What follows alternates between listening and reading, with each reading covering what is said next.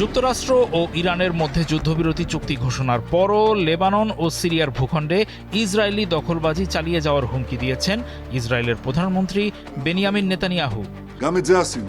15 June এক সংবাদ সম্মেলনে তিনি বলেন, ইসরায়েলি বাহিনী লেবাননেই অবস্থান করবে।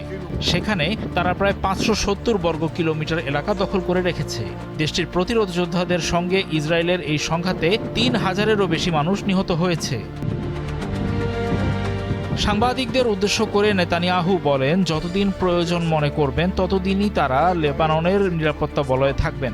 অসমর্থিত তথ্য অনুযায়ী আগামী 19 জুন ইরান ও যুক্তরাষ্ট্রের মধ্যে স্বাক্ষরিত হতে যাওয়া চুক্তির আওতায় লেবাননও অন্তর্ভুক্ত থাকবে। ফলে নেতানিয়াহুর এমন বক্তব্য এরই মধ্যে ভঙ্গুর অবস্থায় থাকা যুদ্ধবিরতি চুক্তির উপর চাপ আরও বাড়িয়ে দেবে বলে ধারণা করা হচ্ছে। 14 জুন ওই চুক্তির ঘোষণা দিয়ে পাকিস্তানের প্রধানমন্ত্রী শেহবাজ শরীফ জানান, সমঝোতা স্বাক্ষরে লেবানন সহ সমস্ত ফ্রন্টে সামরিক অভিযান অবিলম্বে এবং স্থায়ীভাবে বন্ধ করার বিষয়টি অন্তর্ভুক্ত থাকবে। কিন্তু নেতানিয়াহু বলছেন, ইরানের বিরুদ্ধে সতর্ক পাহারা জারি রাখতে হবে।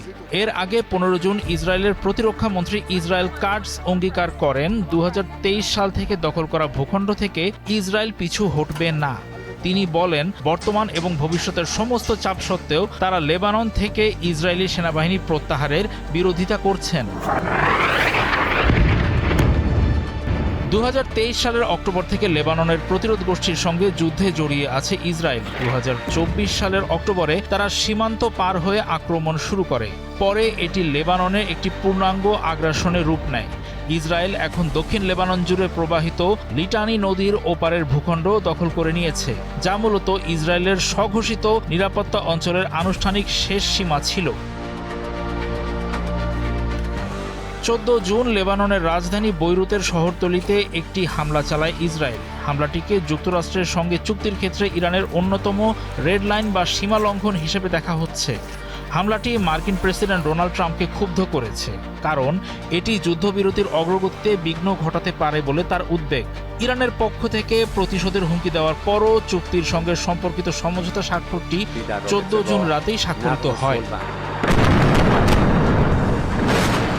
খবর অনুযায়ী ট্রাম্পের সঙ্গে নেপথ্যে দ্বন্দ্বে জড়িয়েছেন নেতানিয়াহু। একই সঙ্গে ইরান যুক্তরাষ্ট্র চুক্তি ঠেকাতে ব্যর্থ হওয়ায় তিনি ইসরায়েলি বিরোধী দল এবং ডানপন্থীদের তীব্র সমালোচনার মুখোমুখি হচ্ছেন। কট্টরপন্থী ইসরায়েলিরা চিন্তিত যে ইরানের সঙ্গে যুদ্ধ শেষ হলে লেবানন, সিরিয়া এবং গাজায় তারা আগ্রাসন বন্ধ করতে বাধ্য হবে। সংবাদ সম্মেলনে নেতানিয়াহু বলেন, তিনি সব সময় ট্রাম্পের সঙ্গে একমত হন না। তার দাবি, ইরানের সঙ্গে যুদ্ধ সার্বিকভাবেই ইসরায়েলের জন্য একটি বিজয় ছিল। নিজেকে তিনি ইসরায়েলের নিরাপত্তার স্বার্থের জন্য দায়ী দাবি করেন। তিনি আরও বলেন, ইরানের কাছে কখনোই পারমাণবিক অস্ত্র থাকবে না, আজকেও না, আগামীকালও না।